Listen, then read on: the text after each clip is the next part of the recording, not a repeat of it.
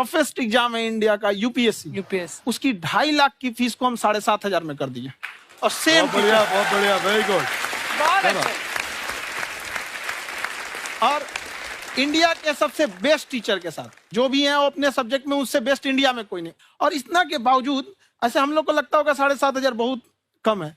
एक लड़की ने कहा कि सर शाम वाले बैच को ना मॉर्निंग में कर दीजिए। हम कहे बाबू तो इतना सबके इंडिविजुअल से तो बैच ट्रांसफर नहीं, तो क्या प्रॉब्लम है? उसने कहा ना शाम में हमको दूसरे के यहाँ बर्तन मांजने जाना होता है। तो हम लोग को लगता है कि जितना ये तकलीफ इससे कई गुना ज्यादा है। और कई बार तो ऐसा लगता है कि वो भी ना ले। एक लड़का बेचारा नदी से बालू निकालता था और वो बालू को भरता था, फिर नाव बालू को किनारे लेके बेचती थी और वो बालू भरता था, उससे मेरी फीस ले आया। हमारा हाथ कांप गया, हम कैसे फीस ले लेंगे यहाँ पर। बहुत बढ़िया। उसी दिन हमने ये प्रण लिया था कि भारत का कोई भी बच्चा उसके सफलता में पैसा उसकी बाधा नहीं बनेगी, चाहे उसको जितना भी पढ़ना रहे यहाँ पर। क्या बात। और अर्चना जी, मैं इनके बारे में एक बात, खान सर आपके बारे में मैं एक बात कहना चाहता हूँ। इनका जो स्टार्टअप है ये बूटस्ट्रैप्ड है। अच्छा। मैं साधारण भाषा में बता देता हूँ, ये सेल्फ फंडेड है। इन्होंने अभी तक किसी और से पैसा नहीं लिया है। ये इन्वेस्टर के पैसे से नहीं, इन्होंने खुद इसको बिल्ड किया है। और बल्कि इतना स्ट्रॉन्ग स्टार्टअप है ये कि मैं कहूंगा कि अगर इन्वेस्टर्स को इन्वेस्ट करना हो तो मैं एंडोर्स करता हूँ ऐसे स्टार्टअप्स को। यही सब चीजों को देखते हुए कई लोगों ने धमकी भी दिया था वहां पर। अच्छा। और उसके बाद बम चला दिए और 7-8 बम चला दिए और कुछ ब्लास्ट हुआ। एक बेचारा नया लड़का आया था एडमिशन लेने के लिए, उसकी स्कूटी उड़ा दिया। वो आया था, कहा कि सर हम तो पढ़ने आए थे, हमारा स्कूटी उड़ गया। हमारी ऑफिस उड़ा दिए सब। एक तो पास में आके गिरा और नहीं फटा वो।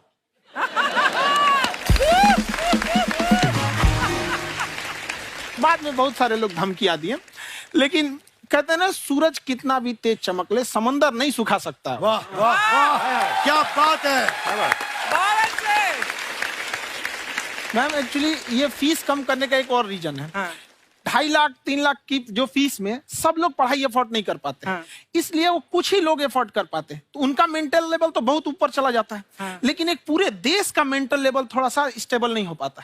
तो जब फीस कम रहेगी तो हर वो लड़का तैयारी करने के लिए आगे आएगा जिसका सपना है देश के लिए कुछ करने का। सीटें लिमिटेड हैं, उन्हें को मिलेगी, लेकिन जिन्हें नहीं मिलेगी उसे मिलेगा देश का एक जिम्मेदार नागरिक। तो इस देश को बदलना। क्या बात है। हम लोग विश्व गुरु कहे जाते थे, क्यों? क्योंकि दुनिया से लोग हमारे यहाँ पढ़ने आए थे। चाइना से ह्वेनसांग आया, फायान आया, आज कोई नहीं आता है। हम लोग का उद्देश्य एक समय आएगा जो फिर आएंगे यहाँ पढ़ने के लिए। क्या बात है सर। पर आप देखो अर्चना जी, सबसे ज्यादा आईपीएस आईएएस बिहार से निकलते हैं। आप देखो पढ़ाई लिखाई में पॉलिटिशियन बहुत बड़े बड़े निकले हैं। तो ऐसा नहीं है, हर जगह ऑप्शन भी नहीं है वहाँ पे, इंडस्ट्री नहीं है, खेती करेगा तो कोई खास वो नहीं रहे, ऑप्शन भी नहीं है। सही बात है। बिहार की मिट्टी में एक चीज है, जिद तो बहुत जबरदस्त है। कुछ भी नहीं रहेगा तो सब कुछ पाने का उसको जिद रहेगा, करके भी दिखा देगा। वहाँ पे कर देंगे हम यहाँ पे। विवेक सर, आपके बारे में हमने सुना एक बार आप संन्यास लेने चले गए थे। कौन वापस लेके आया आपको? फिर कहाँ तक पहुंच गए थे आप? नहीं, मैं एमबीए की पढ़ाई के बाद मैं ये सोचा था कि अपना जीवन भगवान की सेवा में समर्पित कर दूं। अच्छा जी। बहुत साल मैं वृंदावन में रहा था और गुरुकुल में रहा था। अच्छा। और वहाँ सेवा करना, बहुत अच्छी शिक्षा मिली। मैं बोलता हूँ मेरी असली एमबीए वही थी, मोस्ट ब्यूटीफुल एसोसिएशन। वाह। और मैं वहाँ भगवत गीता पढ़ी, जहाँ मुझे गीता से लगाव हुआ। तो मेरे गुरुजी का आदेश था कि आप भगवत गीता को बिजनेस मैनेजमेंट के साथ जोड़ के देश दुनिया में बताओ। मेरे को लगा बड़ा मुश्किल काम है। मैंने बाद में देखा कि डॉक्टर स्टीफन कॉवी, जिनकी किताब है 7 habits of highly effective people, आप सबने पढ़ी होगी, उन्होंने बोला मैंने 7 हैबिट भगवत गीता से लिए। और हमारे देश के लोग ऐसे हैं जो मेरी किताब पढ़ते हैं, जो कि 3.5 मिलियन कॉपीज बिक चुकी हैं, और भारत में भगवत गीता नहीं पढ़ते। तो मुझे लगा कि मैं गीता विद मैनेजमेंट के ऊपर आकर के बातचीत करूं। मुझे लगा बहुत कठिन होगा, पर मेरे गुरुजी का आदेश था कि कठिनाई आपको तभी तक दिखेगी जब कठिनाई को देखोगे। तो एक छोटा उन्होंने मुझे बताया, पूछा कि इस कमरे में लाल रंग कितनी जगह है, देखो आप भी एक बार जरा देख के बताओ। 7-8 जगह लाल रंग दिख रहा है यहाँ पे आपको? 1 ये 2, वो लाल रंग टी शर्ट पे 3 4 5, ये लाल हो गया 6, उधर लाल हो गया 7, एप्पल लाल, बिल्कुल ठीक 7। पर जब आप लाल रंग ढूंढ रहे थे तो क्या आपको हरा रंग दिख रहा था? Yes no? नहीं। जब आप लाल रंग ढूंढ रहे थे तो क्या आपको काला रंग दिख रहा था? Yes no? नहीं। नो। जिंदगी भी ऐसी है, जो ढूंढोगे वही मिलेगा, बाकी कुछ नहीं मिलेगा। तो उन्होंने कहा कि आप इसी सोल्यूशन पे फोकस करो और गीता के मैसेज को पहुंचाओ। तो मैं बिजनेस मैनेजमेंट के प्रोग्राम्स कॉर्पोरेट्स में करने शुरू किए, क्योंकि गीता पहला मोटिवेशनल सेमिनार जो पृथ्वी के इतिहास में कपिल जी हुआ, वो कृष्ण ने दिया था। पहले मोटिवेशनल स्पीकर इस पृथ्वी के इतिहास के कृष्ण थे, जिन्होंने अर्जुन को रणभूमि में मोटिवेट किया था। बड़ी पेशेंस कृष्ण ने अपने लीडरशिप क्वालिटी से दिखाई, वो मुझसे मुझे बड़ा इंस्पायर किया, वो चर्चा ने इंस्पायर किया और डिस्कशन ने इंस्पायर किया। तो उस डिस्कशन को मैं आज भी लेके चलता हूं अपने साथ। कहां सर, हमने सुना है आप 5 स्टार में रुके थे कल और नीचे जाके वड़ा पाव खाने गए आप रेहड़ी पे। एक्चुअली क्या है ना कि वहां जो चीजें सीखने को मिलती है ना, खाली पेट और खाली जेब इंसान को जो सिखाते हैं वो किसी यूनिवर्सिटी कॉलेज में नहीं सिखाया जाता। और गरीबी बड़ा बेशरम चीज होती है। तो कहते हैं कि मौत भी तू जल्दी आया कर गरीब के घर में, कफन का पैसा भी खर्च होता है दवाइयां खरीदते खरीदते। हाय हाय हाय, क्या बात है।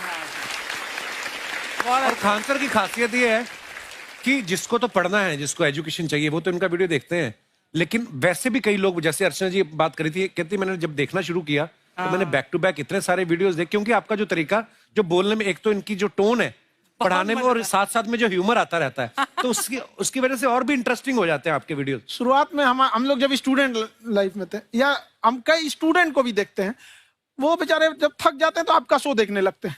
तो शुरू में हमको लगता था जब कि अरे यार हमारी पढ़ाई उसके लिए है, लेकिन पढ़ाई में थक जाता है, शो देख के नहीं थक जाता। हाँ। तो हमने सोचा दोनों को मिक्स कर देते हैं।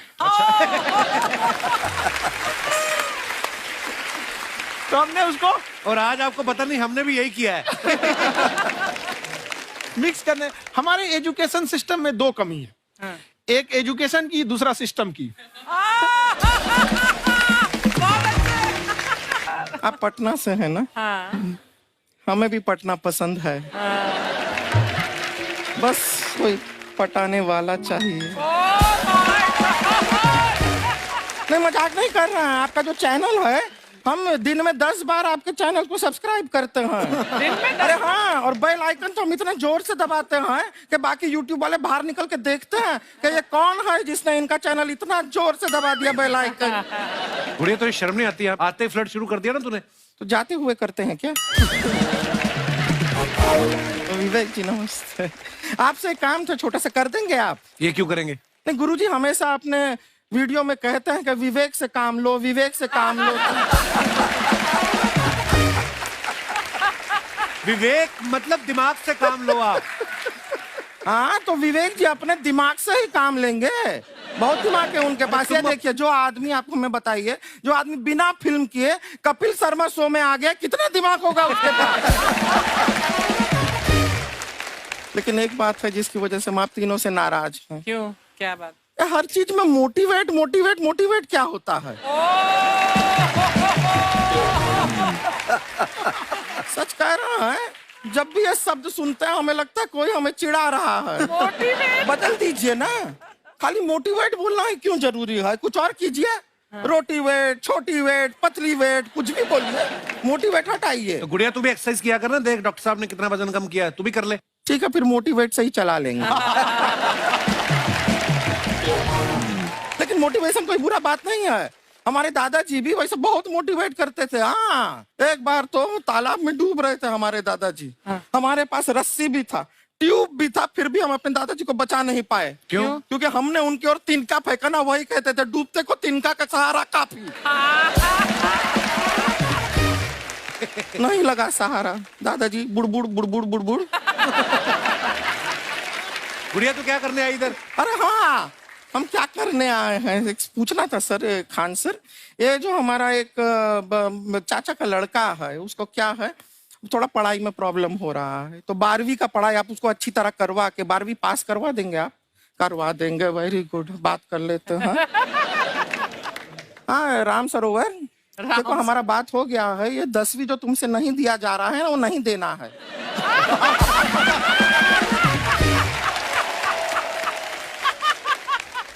टेंशन नहीं है, 10वीं का खान सर से बात हुआ, ये सीधा 12वीं पढ़ा के पास कर देंगे। अरे ऐसे नहीं होता, पहले 10वीं पास करनी पड़ेगी, फिर 12वीं होगी ना। ऐसा कोई जरूरी नहीं है ये सीक्वेंस। हमारे मौसा जी थे, उनसे ना 10वीं हुई ना 12वीं हुई, अभी 3 दिन पहले सीधा उनकी 13वीं हुई। एक्चुअली क्या है, पढ़ाई लिखाई का हमको बहुत ज्यादा नॉलेज है नहीं, गांव में पढ़े हैं ना सर। स्कूल कहाँ होते थे अर्चना जी, गांव में स्कूल नहीं था, पेड़ के नीचे पढ़ते थे हम। यहाँ तक कि हमारे पास ब्लैक बोर्ड भी नहीं था, हमारे मोहल्ले की जो भैंसिया थी उसको खड़ा करके टीचर उसके ऊपर लिख के पढ़ाती थी। मजाक नहीं कर रहे हैं।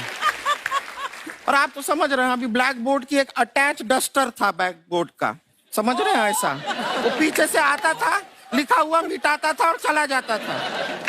ये तो कुछ भी नहीं है। एक बार क्या हुआ, हमारा स्कूल शुरू हुआ, शुरू होते ही 2 महीने के लिए छुट्टियां हो गई। क्यों? ब्लैक बोर्ड ने बछड़ा दिया था ना।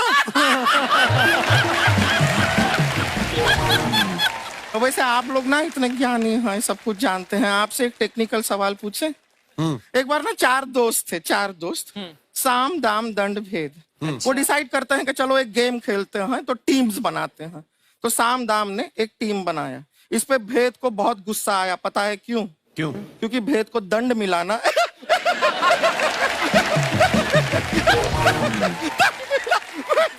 ये सिर्फ हंसती नहीं है सर, थोड़ा सा पेट्रोल पिला दो स्टार्ट भी हो जाती है। इतना है कि और भी बता दीजिए, जब हम बीमार होते हैं हम डॉक्टर के पास नहीं मैकेनिक के पास जाते हैं, और डिटेल दे दीजिए।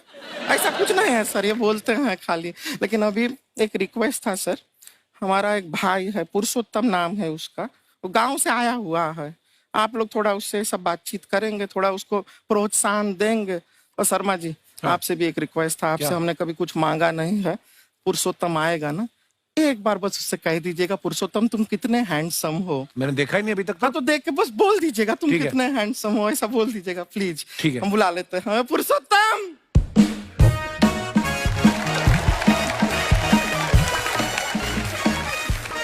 ये पुरुषोत्तम है। वाह, तेरा भाई बड़ा हैंडसम है। है तो हमारे खानदान में सब हैंडसम है, ज्यादा चापलूसी करने का जरूरत नहीं है। देखा हमारा यहाँ पे कितना चलता है। एक नंबर दीदी, एक नंबर। सब लोग हैं, नमस्ते कर दो। ये बड़ा अच्छा लड़का है, गांव में ना भैंस चराता है, इसको थोड़ा मोटिवेट कीजिए ना। नहीं तो मतलब भैंस चराता है तो मोटिवेट करके क्या होगा, शेर चराएगा बाद में। अरे शेर चराएगा तो शेर इसको चर नहीं जाएगा। नहीं नहीं, ऐसे हम खाली कह रहे हैं, तुम्हारा चेहरा थोड़ा बकरी जैसा है ना, तो वैसे ये सब बड़े बड़े लोग हैं। इनको बताओ कहा क्या बनना चाहते हो जीवन में आगे? HR। HR? अरे वाह, देखे कोई बड़ा कंपनी में ह्यूमन रिसोर्स का काम करेगा ये। अरे HR मतलब दीदी ऋतिक रोशन, टिनी टिन टिन टिनी टिन टिन। ना जूता पहनने का काम किया करो, जूता खाने का नहीं। काम किया है, कुछ बड़ा किया है लाइफ में? किया ना दीदी, एक बकरी के बच्चे को बड़ा किया है। तो क्या जिराफ बना दिया बकरी के बच्चे को? अरे कुछ अलग किया है। हाँ दीदी, अलग किया है। वही बकरी का बच्चा भैंस का दूध पीने जा रहा है, तो हमने उसको अलग किया है। इससे नहीं होगा, मैं रहने दो, इधर आओ। ये देखो इतना बड़ा बड़ा लोग बैठा है, इनके सामने ऐसा बातें करोगे? इनसे मिलो, इनसे मिलो। विवेक जी तो कितना मार्केट के बारे में भी जानते हैं, मार्केट का कोई सवाल पूछो इनसे। सर परसों जो है मार्केट में हमारी साइकिल गायब हो गई, आपने देखा है क्या? हमारी साइकिल गायब हुई ना, हाँ। इसलिए दिमाग से पैदल हो तुम। पैदल समझते हो? हाँ। चल लोगे? 20 कदम चलोगे? हाँ। हाँ, घूमो जरा, अभी 20 कदम चल के दिखाओ। निकलो।